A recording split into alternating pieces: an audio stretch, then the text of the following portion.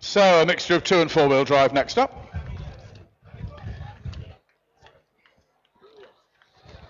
Out comes the George Anderson Evo from Scotland. George rallying in Barbados for the second time. He was here with an Evo 3 a few years ago. Gary Miller, his co-driver in that Evo 7.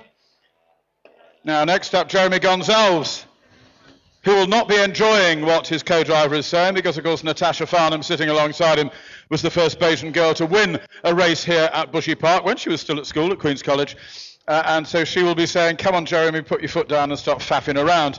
And the third car there, Dean Sarayo, in his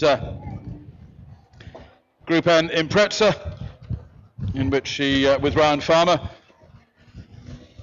was one of the cars to clout the chicane at Kendal South this morning, along with Ian Warren and one or two others. Through the timing beam has gone George Anderson. This sort of event probably quite familiar to George, because I think he probably does quite a few single venue type events, tarmac like this in Scotland, using a similar sort of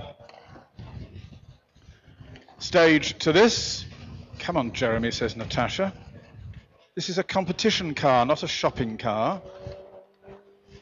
Must say Jeremy is one of the rising young stars of rallying in the island. He'd only been at it 2 or 3 years. Had quite a bit of bad luck early on, but now teamed up with James Betts, with whom James is driver and Jeremy is co-driver, won Group N on Rally Jamaica last year in James's Impreza.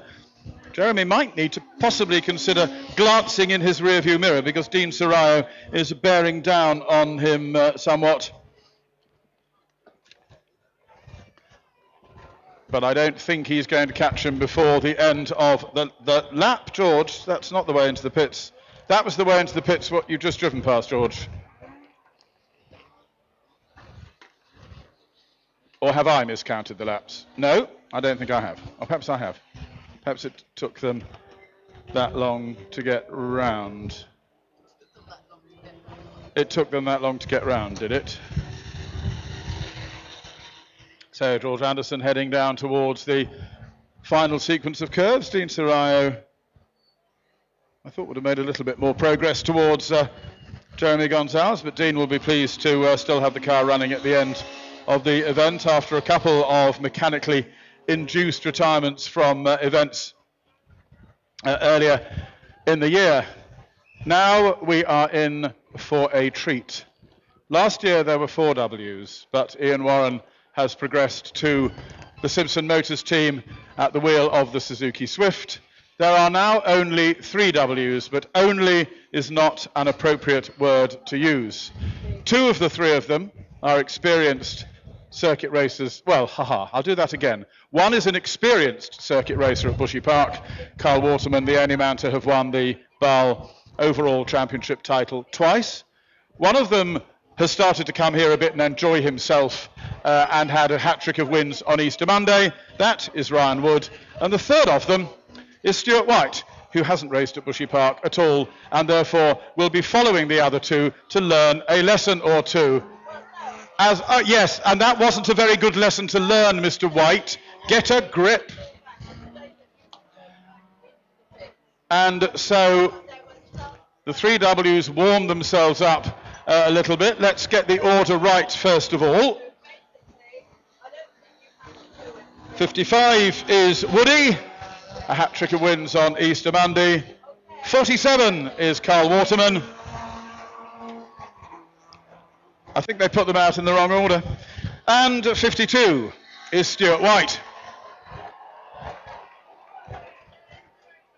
And so they approach that, Mr. Waterman, your rear tyres were not designed for that sort of activity, and you'll let Stuart catch you up. Oops, what a pity.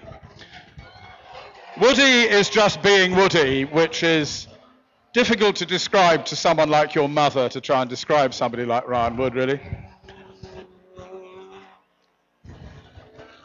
Some very interesting cars lining up in the pit lane for the rest of the entertainment of the afternoon. Right, Woody is, he's got a bit serious this weekend. He's been driving actually quite tidily for most of the time, but Carl Waterman hasn't. At least if they had an accident head on, you wouldn't have to rub the paint colour off, would you? Because it would be yellow to yellow. So Woody is nearly at the finish line. Carl Waterman is trying to use as much rubber as is humanly possible in the shortest space of time. Woody is through, brakes, slows down, spots the red flag held by the marshal to remind him that it is the end of the run, and hard right into the pits he goes. Stewart is now the middle one, and Carl Waterman is on the grass again. So he wasn't worried about a time either. Through the timing beam he goes, and back towards the pit lane.